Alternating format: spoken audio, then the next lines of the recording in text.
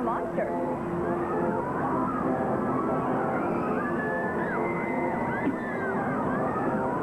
Ooh, a Widowmaker. Let's go on that. Oh, come on, Mike. Well, you know, there's a long line for that. Why don't you go hold a place in line, and I'll meet up with you later, okay? Yeah, sure.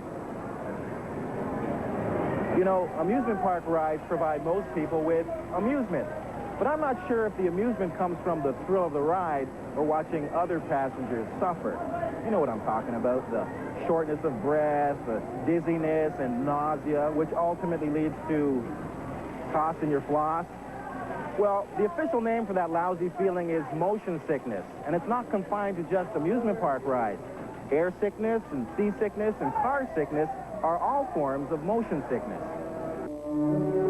To understand what motion sickness is and what causes it, you need to know a bit about how we keep our balance.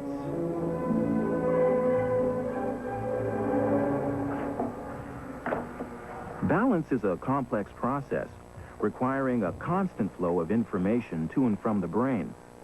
Three things provide this information. The eyes provide visual cues. Receptors in our skin, muscles, and joints report on the position and movement of various body parts.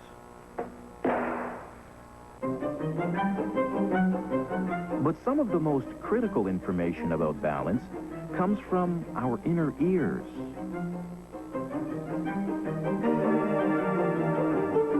The inner ear consists of 3 semicircular canals and 2 tiny chambers, all filled with fluid. Inside the fluid sits tiny hairs that are attached to nerves. As the head moves, so do the fluids, shifting the hairs, which immediately send signals to the brain. It's like having a set of tiny levels inside your head. These levels detect different types of motion: vertical, horizontal, and rotational.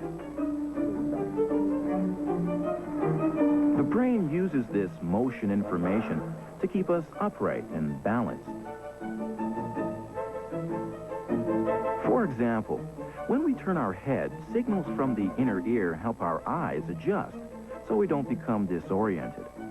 The inner ear also tells us when we're falling over, so we can stick out an arm or leg to regain our balance.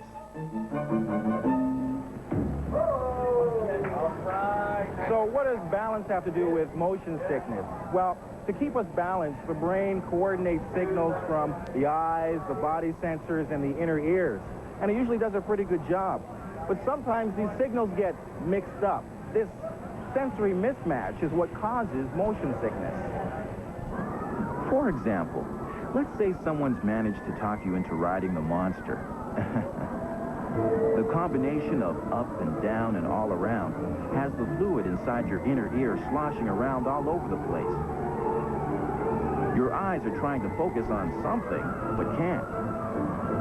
And your body sensors are telling you that you're not moving at all. Well, your brain can't process the conflicting information.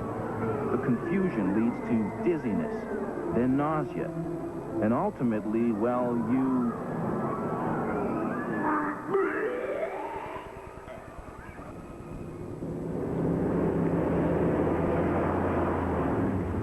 Now, you don't need the tilts and spins of an amusement park ride to give you motion sickness. A leisurely car ride is enough to make some people sick, especially if they sit in the back seat. Because when you sit in the back seat, you really have nothing to look at. All you can really do is look out the side window where the scenery just flashes past. So when you look out there, your eyes tell you, hey, we're really going fast. Now, if you hit a bump in the road, or turn your head to talk to your friend, that gets the fluid in the inner ears going, and they tell you, hey, you're only moving slightly. Meanwhile, your body sensors are saying, you're not moving at all. There's a problem. The brain becomes confused with these mixed signals, which leads to shortness of breath, nausea, and, guys? Yeah? I think you better pull over.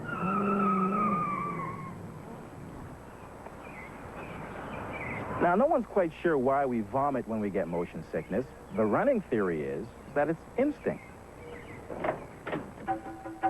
When the brain receives conflicting signals from the rest of the body, it assumes there is some kind of poison in the system and that it better get rid of it. So it signals the stomach to eject. its contents. So, can you do anything about motion sickness? Well, unfortunately, once the cycle begins, it's hard to stop. You just have to ride it out. Prevention is easier than treatment. There are a number of medications on the market. They work by blocking or deadening the nerves that trigger nausea.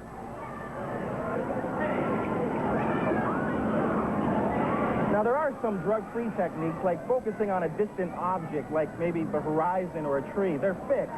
That way, your brain has something to concentrate on, so when those motion mismatch signals get to your brain, they get a busy signal. All right, I'm ready. Focus, focus. Okay, no problem. I'm ready here. Oh, we're going up, though.